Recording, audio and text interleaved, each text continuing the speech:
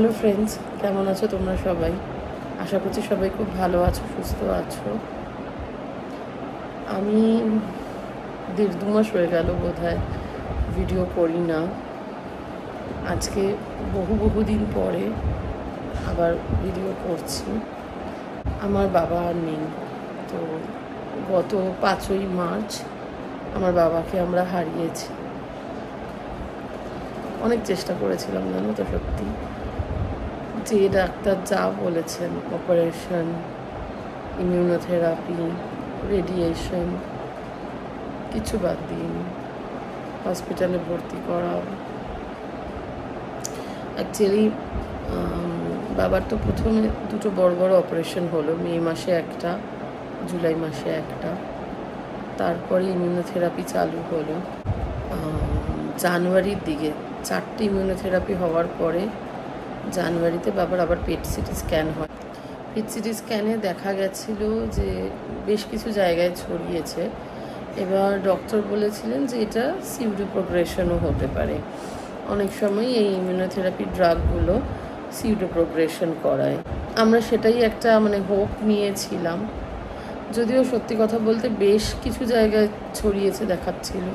তো আমার নিজের মনে একটা ডাউট ছিল যে এতগুলো জায়গায় কি সিউডো প্রোগ্রেশন হয়। যাই হোক, আমি জানুয়ারিতে ইজিপ্ট গেলাম 13 থেকে 20। সত্যি কথা বলতে আমার যাওয়ার একদম ইচ্ছে ছিল না, একটুও মন ছিল না, কিন্তু যেতে হয়েছে। ফিরে এলাম, এসেই দেখলাম যে না, বাবার শরীরটা কিন্তু ভাঙছে, বাবার শরীরটা আর আগের মতো নেই। তো তারপরে ফেব্রুয়ারিতে বাবাকে হসপিটালাইজ করতে হলো, কেননা বাবা কালো, প্রথম দিকে এমনি বমি করছিলেন, খেয়ে বমি হচ্ছে হালকা, তারপরে না একদিন পুরো কালো রঙের বমি, কালো জল। তো আমি আর মা একটু টেনশনেই ছিলাম। তো আমি একটা ভিডিও করে আমাদের যিনি ডক্টর তাকে পাঠালাম। তিনি আমাকে দেখে বললেন এটা কিন্তু ব্লাড, তো ওনাকে ইমিডিয়েট ভর্তি করুন, আমাদের দেখতে হবে যে কেন ব্লাডটা বেরাচ্ছে। রুবিতে ভর্তি করলাম, কারণ এই ডক্টর উপকার নার্সিংহোম বলে একটি নার্সিংহোমে বসেন, মেডিকেল কলেজের একদম অপোজিটে, আর রুবিতে বসেন আর মেডিকেল কলেজ। তো রুবিতে ওই জন্য ভর্তি করলাম। একটা রোববার ভর্তি করলাম, বৃহস্পতিবার তারপর ওরা ছেড়ে দিলেন রাত্রেবেলা। বললো যে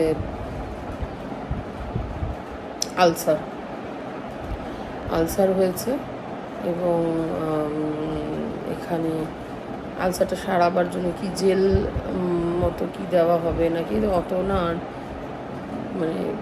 আমি বুঝিও নি। আর তখন সত্যি বলতে আবার যে গুগলে পড়াশোনা করবো, আমার না আর সেই এনার্জি লাগছিল না। লাস্ট 10 মাস ধরে আমি গুগলে যে কত পড়াশুনো করেছি, মেয়েতে বাবার এটা আইডেন্টিফাইড হয়েছে, তারপর থেকে আমি আর পারছিলাম না, তাই জন্য আমি আর পড়িও নি। যাই হোক, ওনারা ওষুধ টষুধ দিয়ে বাড়িতে পাঠিয়ে দিলেন। বৃহস্পতিবার রাত ভালো ছিলেন, শুক্রবার রাত ভালো, শনিবার দুপুর অবধিও ভালো। শনিবার রাতে খাবার খেয়েই ডিনারটা আবার পুরোটা বমি, এবং এবার আর কোনো ব্লাড নেই, কালো রং নয়, নর্মাল খাবারটা জাস্ট উঠে গেল।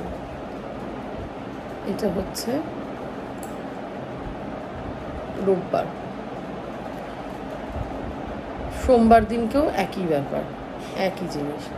তো সোমবার দিনকে বিকেলবেলা আমি আর অরবিন্দ আবার যাচ্ছি ডাক্তারের সাথে দেখা করতে ইভিনিংয়ে। তো যেহেতু ওই দিনকে সকালবেলা গিয়ে অরবিন্দ নাম লিখিয়েছে, তো ওয়েটিংয়ে নাম ছিল। এবারে তার আগে আমি মেসেজ করে দিয়েছিলাম ডাক্তারকে যে এইরকম কিন্তু আবার বমি হচ্ছে, আমরা আসছি বিকেলবেলায়, বাবাকে আনতে পারছি না, কারণ বাবার শরীর আর দিচ্ছে না। বুঝতেই পারছো তো, এত যদি বমি করে একটা মানুষ, আর খেতে পারছে না কিছু, তো আমরাই যাচ্ছি বলেছি। গেলাম, আমরা বেরিয়েছি। ও মা, আমাদের টানলক ছাড়িয়ে বোধহয় আর 1-2 স্টপ গেছি, ডাক্তার ফোন করেছেন আমাকে, করে বলছেন যে দেখুন এত বমি কিন্তু মানে স্বাভাবিক নয়, আপনারা আসছেন কিন্তু আমার কাছে আসার থেকে ইম্পর্টেন্ট হচ্ছে ওনাকে হসপিটালাইজ করুন, আমাদেরকে দেখতে হবে কেন বমি হচ্ছে, কারণ এই যে সিমটমগুলো এটা কিন্তু টার্মিনাল স্টেজের দিকে এগিয়ে যাওয়া। আমার তো মানে শুনেই খুব ভয় লাগলো। বাড়ি ফিরে গেলাম, আমরা সাথে সাথেই বাড়ি ফিরে গেলাম। তখন অলরেডি বোধ হয় 5:30 না 6টা এরকম বাজে। তো আমি মাকে গিয়ে বললাম যে মা আমাদের ইমিডিয়েট এখন বাবাকে হসপিটালাইজ করতে হবে। তো মা বললেন আজকে রাতে করবো না, কাল সকালে। তো পরের দিন সকালবেলা মঙ্গলবার নিয়ে গেছি রুবি, আমি যাইনি, আমি বাড়িতে ছিলাম, আমি পুজোকে নিয়ে বাড়িতে ছিলাম। মা আর অরবিন্দ মঙ্গলবার বাবাকে নিয়ে গেল। ওরা কি করলেন, ওটা কি বলে ইউএসজি প্লাস একটা normal CT scan. Normal CT scan করে বললেন যে ওনার লিভারে কিন্তু ছড়াচ্ছে, লিভারে স্প্রেড করছে। আর লিভারে স্প্রেড করলে না মানে বেশি বোধহয় আর কিছু করার থাকে না। তারপরে ইউএসজি করলেন, করে বললেন 2 লিটার ফ্লুইড রিটেন্ট বাবার পেটে। 2 লিটার ফ্লুইড বিশাল, ওই জন্যই যা খাচ্ছেন সব উপরে বেরিয়ে আসছে, কোনো হজম কিছু হচ্ছে না। সেটা তারপরে ওনারা আমাদের কি প্রসিজার আছে, নেডল পুশ করে সেই ফ্লুইড বার করা, সেই বার করা হলো। আবারও 2 দিন বাদে সেম জিনিস, মানে আবারও ডাক্তার বলছেন যে আমার পেট, মানে হাত দিয়ে বাবাকে ক্লিনিক্যালি দেখে বলছেন ওনার কিন্তু আবার জমছে, এবং মানে এত ঘন ঘন জলটা জমে যাওয়াটা কিন্তু ভালো লক্ষণ নয়। বাবা হসপিটালে। সোমবার দিন আবার বার করা হলো। মঙ্গলবার ভর্তি হয়েছিল, বৃহস্পতিবার প্রথম লিকুইড বার হয়, শুক্র শনি রবি, সোমবার দিনকে আবার লিকুইড বার হয়। সোমবার দিন রাত্রেবেলা বাবা আমাকে ফোন করে বলছেন যে তাহলে কি ঠিক হলো, আমাকে বাড়ি নিয়ে যাবি এবার।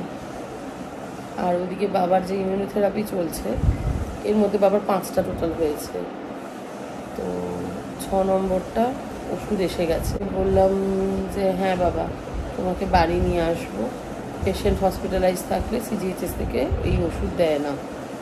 তো আমি অরবিন্দকে বললাম তাহলে বুধবার দিন বাবাকে নিয়ে আসি, কারণ মঙ্গলবার দিন ভালো করে ডাক্তারের সাথে কথা বলতে হবে। বুধবার দিন বাবাকে বাড়ি নিয়ে আসি, বৃহস্পতিবার দিন তুমি ওষুধটা নিয়ে আসো সিজিএইচএস থেকে, শুক্রবার বাবাকে দিয়ে দেবো ওষুধটা। মঙ্গলবার দিন সকালবেলা ফোন করেছি, রুবিতে না মানে দুবেলা নেই, ভিজিটিং আওয়ার্স নেই, খালি বিকেলে আছে। বাবাকে ফোন করে বললাম মা চলে যাবে 10টা দুপুরবেলা 12টার সময় মাসিমণির বাড়ি, ওখান থেকে তোমার কাছে চলে যাবে। মা কদিন ধরে বুজুকে নিয়ে চলে যাচ্ছিল মাসিমণির বাড়ি দিয়ে, আবার বাবাকে দেখে দেখে রাত্রেবেলা ফিরছিল বুজুকে নিয়ে। আমাদের ভালো কথা বললেন আমাদের সাথে, কখন আসবি কী ব্যাপার এসে। ও মারা চলে গেছে, আমি বাড়ি থেকে কাজ করছি অরবিন্দ ক্যাফেতে। হঠাৎ 4:40 না 45 এরকম, আমি তখন অফিসের একটা কলে, অরবিন্দ ফোন করছে। আমি প্রথমে ফোনটা কেটে দিয়েছি, এবার আমি কেটে দিলেও বোঝে যে ব্যস্ত আছি, আমি পরে করে নিই বা মেসেজ করি। দেখি কাটার পরেও আবার ফোন করছে, তো সেকেন্ড টাইম ফোন করেছে যখন, এটা কিছুটা এমার্জেন্সি, আদারওয়াইজ তো ও করে না। তো তখনও মানে আমি এরকম কিছু ভাবিনি, আমি জাস্ট ফোনটা রিসিভ করেছি। ফোনটা রিসিভ করা মাত্রই আমায় বলছে তুমি কোথায়, তাড়াতাড়ি রেডি হও, আমি বাড়ি আসছি, হসপিটাল যাব। তখনই আমার হয়ে গেছে, আমি বুঝতে পেরে গেছি কি ঘটেছে। এই সময় বললো বাবার কার্ডিয়াক অ্যারেস্ট হয়েছে। বাবাকে 2জন ডাক্তার দেখছিলেন ওখানে, অঙ্কোলজিস্ট যিনি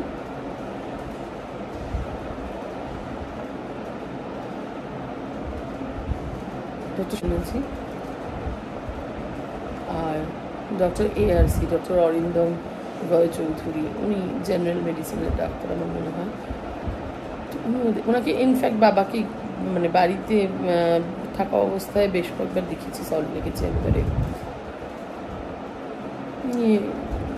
ডক্টর এআরসিএলকে অরবিন্দকে ফোন করে বলেছেন যে কার্ডিয়াক অ্যারেস্ট হয়েছে, আমরা তাও নিয়ে যাচ্ছি আইসিইউতে, যদি কিছু করা যায়। তার কিছু করা যায়নি। আমরা বেরোতে আবার অরবিন্দ ফোন করলো ডক্টর এআরসিকে, ডক্টর এসি করলেন না, আর কিছু করার নেই, 4:45 ইজ দ্য টাইম। আর আমার এমন পোড়া কপাল, আমার ভাই বোন আর কেউ কিছু নেই, বাবার সব কাজ আমি করেছি। এর আগে আমি কখনো শ্মশানে এসব কিছু দেখিনি, কি করতে হয় জানতাম না।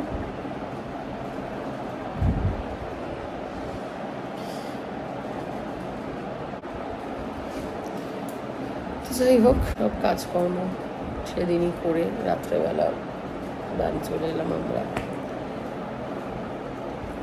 তারপর থেকে না মানে এক তো কাজের আমার অফিস প্লাস তখন ওই হবিষি সব চলছে, তার মধ্যে গুজুও ওই সব ভাজাভুজি খাচ্ছিল, মানে খালি ঘি বা তারপরে তোমার বেগুন ভাজা এইসব প্রচুর গেছে, দিয়ে বেচারিও অসুস্থ হয়ে পড়েছিল। ওর সব এত ভাজাভুজি খেয়ে তো অভ্যস্ত নয়, ওর মাছের ঝোল ভাত মেনলি এই খেয়ে অভ্যস্ত।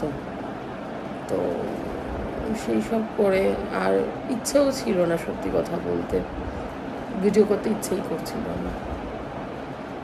যাই হোক, এটাই কারণ। আবার আমি চেষ্টা করব নিয়মিত ভিডিও দেওয়ার। একটা স্পেশাল ভিডিও রয়েছে যেটা আমি দেব, সেটা সত্যিই খুব স্পেশাল ভিডিও। যখন ভিডিওটা দেব 1-2 দিনের মধ্যেই দেব হয়তো, তোমরা দেখো। এই চলো, সবাই ভালো থেকো, take care, I love you all, by.